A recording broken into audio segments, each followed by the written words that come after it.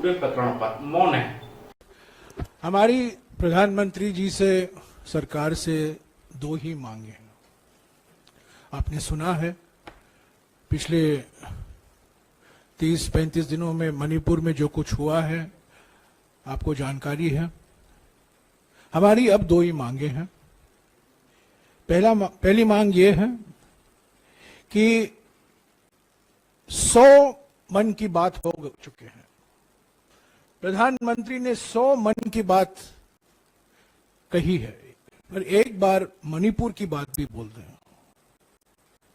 ये वक्त आ गया है मणिपुर पर प्रधानमंत्री को चुप्पी तोड़ने के लिए, और प्रधानमंत्री की ओर से सद्भावना का संदेशा जाए मणिपुर के अलग अलग समुदायों को कि सरकार की ओर से हर प्रयास किया जा रहा है अमन और शांति और सद्भावना वापस लाने में। दूसरी मांग यह है, गृहमंत्री तो गए हैं, एक सर्वदलीय प्रतिनिधि मंडल भेजना चाहिए। ऐसे तो कांग्रेस पार्टी की एक समिति गई है, पर यह सिर्फ कांग्रेस पार्टी और बीजेपी का मसला नहीं है। यह एक राष्ट्रीय मुद्दा है, राष्ट्रीय पीड़ा है, राष्ट्रीय दर्द है, और मणिपुर की जनता को इसे अवगत कराने के लिए एक ही रास्ता है, एक सर्वदलीय प्रतिनिधि मंडल। तो हम मांग करते हैं प्रधानमंत्री जी से कि जल्द से जल्द एक सर्वदलीय प्रतिनिधि मंडल मणिपुर जाए। मणिपुर की जनता को भी तसल्ली होगी कि उनकी दर्द और पीड़ा एक राष्ट्रीय मुद्दा है, और जो सद्भावना वापस लौटाने के लिए जो प्रक्रिया है, उस प्रक्रिया में इसका एक महत्वपूर्ण कदम रहेगा। स्थिति क्या है? अब सरकारी आंकड़ों के मुताबिक 119 लोग 3 मई से लेकर तो अब तक के मारे गए, कुछ लापता है। करीब करीब 50,000 लोग 350 रिलीफ कैंप्स में वहां पर है। ये सरकारी आंकड़े हैं। हमारा अनुमान तो करीब 1 लाख से ऊपर लोग विस्थापित हुए हैं। कोई उत्तर पूर्वी राज्यों में, कोई बंगाल तक पहुंचे, कोई यहां दिल्ली तक आए हैं। वहां पर सरकारी अधिकारी अगर किसी एक समाज का इम्फाल में रहता है तो वो पहाड़ों में नहीं जा सकता, और पहाड़ का कोई अधिकारी या कर्मचारी ये इम्फाल में नहीं आ सकता। इस तरह की स्थिति है।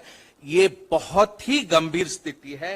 नेशनल हाईवे 2 एक सिलचर से आता है, दूसरा दीमापुर से आता है, उसे पूरी तरह से ब्लॉक कर दिया गया है।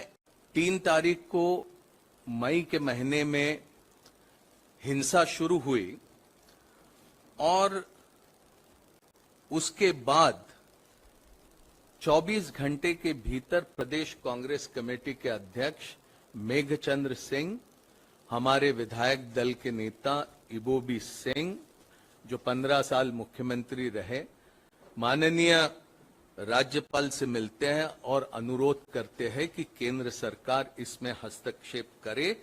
ये ज्ञापन वहां पर 4 तारीख को हमारा प्रतिनिधि मंडल वहां पर माननीय राज्यपाल को देते हैं।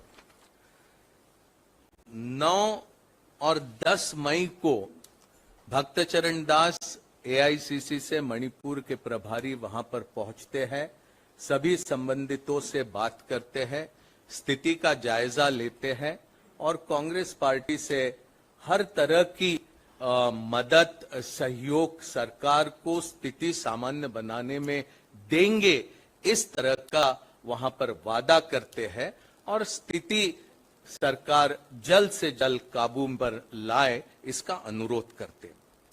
17 मई को माननीय कांग्रेस अध्यक्ष एक एआईसीसी के प्रतिनिधि मंडल की नियुक्ति करते, जिसमें मैं शामिल था, भक्तचरण दास, अजय कुमार और सुदीप रॉय बर्मन त्रिपुरा से। 17 तारीख को ये प्रतिनिधि मंडल की घोषणा होती है। 18 तारीख को ही सुबह हम इम्फाल पहुंचते हैं, लेकिन एयरपोर्ट पे ही हमें कह दिया जाता है कि जहां पर हिंसा हुई है, जहां पर रिलीफ कैंप्स शुरू है, वहां पर जाने की हमको इजाजत नहीं दी जाती। हम वहीं इम्फाल से किसी से जैसे हो वैसे संपर्क करते और स्थिति को समझने की कोशिश करके हम बाद में आकर माननीय कांग्रेस अध्यक्ष को अपनी रिपोर्ट सबमिट करते हैं। 30 मई को माननीय मल्लिकार्जुन खड़गे जी की अध्यक्षता में ये एक ज्ञापन लेकर हम माननीय राष्ट्रपति महोदया जी से मिलते हैं, जिसके बारे में आप सभी को जानकारी है। स्थिति कितनी गंभीर है इसे देखकर हमने राज्यपाल महोदया के समक्ष और राष्ट्रपति महोदया के समक्ष भी हमने हमारी चिंताएं वहां पर उनके समक्ष रखने की कोशिश करी। लगातार विभिन्न प्रेस कॉन्फ्रेंस के जरिए हम अपनी चिंताएं और हम अपनी मांगे इस संदर्भ में करते रहे हैं। अब बड़े दुर्भाग्य की बात है कि हर हफ्ते उत्तर पूर्वी राज्यों में केंद्र सरकार की ओर से कोई ना कोई मंत्री किसी ना किसी काम के सिलसिले में वहां पर जाते थे, लेकिन जब यह घटना 3 मई को हुई उसके बाद कोई मंत्री वहां पर नहीं गया। जब होम मिनिस्टर अमित शाह जी वहां जाते हैं 25 दिन का समय वो लगाते हैं वहां पर पहुंचने में, और अभी करीब 44 दिन होते हैं हिंसा शुरू होने पर, लेकिन माननीय प्रधानमंत्री क्यों चुप है? जबान उनकी मणिपुर के स्थिति को लेकर क्यों नहीं उनकी जबान से कोई बात सामने आती? ये एक बड़ी परेशानी हमारे सामने है। हम ये समझते हैं कि राष्ट्र के सामने, ये सिर्फ मणिपुर के लिए और उत्तर पूर्वी राज्यों के लिए नहीं, ये पूरे मुल्क के सामने एक बहुत बड़ी समस्या है, और जितने जल्दी इसका कोई हल ढूंढकर हम निकालेंगे उतना बेहतर होगा। आप कल्पना कीजिए सरकार केंद्र की कितनी गंभीर है। 25 दिन तो लगते हैं होम मिनिस्टर को जाने के लिए और 42 दिन लगते हैं पीस कमेटी बनाने के लिए। कितने लोगों की मौत हो जिसको लेकर सरकार पीस कमेटी बनाए, इसका आप अनुमान लगा सकते हैं। ये कुछ प्रमुख बिंदुओं पर मैं अपनी बात आपके सामने रखना चाहता था। रिलीफ कैंप्स में एसेंशियल कमोडिटीज उपलब्ध नहीं है। वहां पर लोगों को अनाज, दाल, चावल, सब्जी नहीं मिल रही पर्याप्त मात्रा में।